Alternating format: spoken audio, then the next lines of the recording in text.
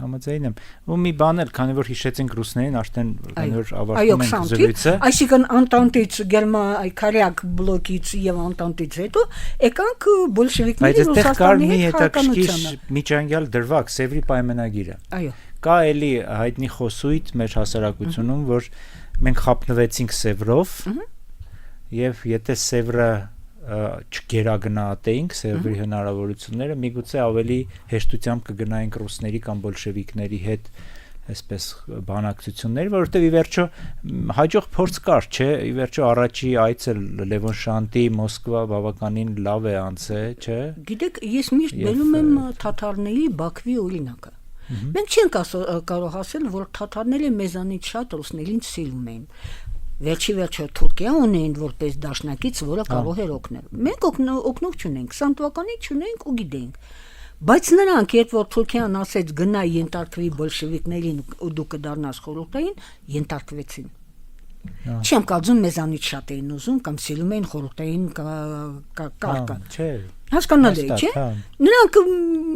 մեզանից ավել չէին։ Մենք այդ ամենի հետ չենք կարող հաշտվել մեկ։ Երկրորդը մայիսի 1-ին դուք հիշում եք ապրիլի 28-ին Ադրբեջանը դարավ թաթարները դարան խորհրդային մայիսի 1-ին թեև մայիսի 1-ին չէ մայիսի 1-ին մինչև մայիսի 12-ը ոչ մի ապստամբություն էլ չի եղել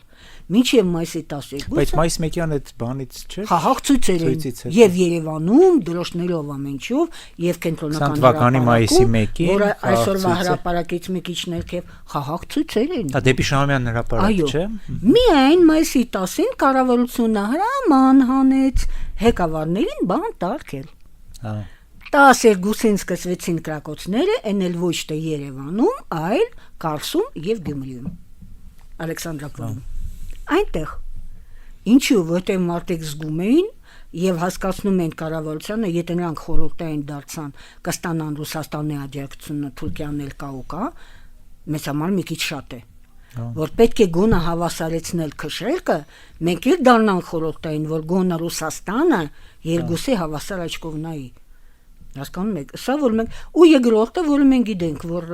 արդեն ասել եմ չէ Սևրի պայմանագիրը հրատարակվեց մայիսի 19-ին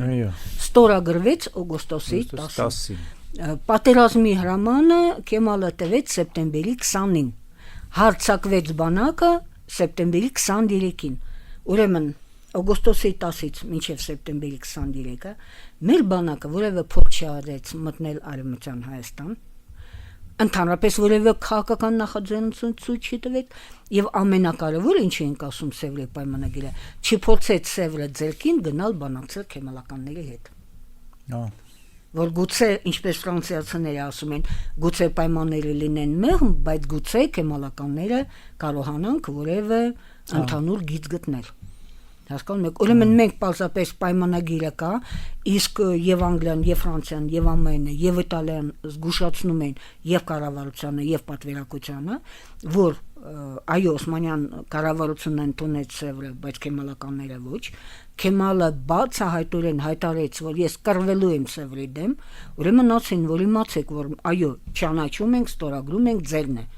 բայց մենք ձեզ ֆիզիկապես չենք տա պետք է հողի վրա վերցնենք ինչ-որ իսկ սա պատերազմ է չկասկածեք նրանք հարձակվելու են ուրեմն մենք ոչ հարձակվեցինք ոչ գնացինք Ռուսաստանի մոտ ասենք որ դավայ դու որպես միջնոտ որևէ բան արա գոնե մի մաս Արևմտյան Հայաստանից ստանանք ոչ գնացինք քեմալականների մոտ նույն հասկանում եք նույն մտքով Պարզապես սպասել ենք մինչև հարձակվեցին իսկ հասարակական վիճակի եւ դա այդտեղ արդեն նաեւ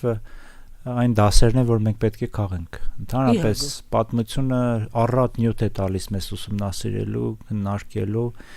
ու քաղենք ու որքան հնարավոր է չկրկնենք որքան հնարավոր է մաքսիմալ ձևով օգտագործենք այսօրվա ժամանակի բոլոր հնարավորությունները այն ինչ հանրապետությունը չուներ մենք ունենք հասկանում եք մենք փառքասու ավելի լավ վիճակում ենք ավելի լավ անասելի ավելի լավ վիճակում ենք որքան հնարավոր է չկրկնենք որտեվ կրկնում ես դիմացինն էլ գիտի եւ պատրաստ է լան նա պատրաստ է քո քայլերին այո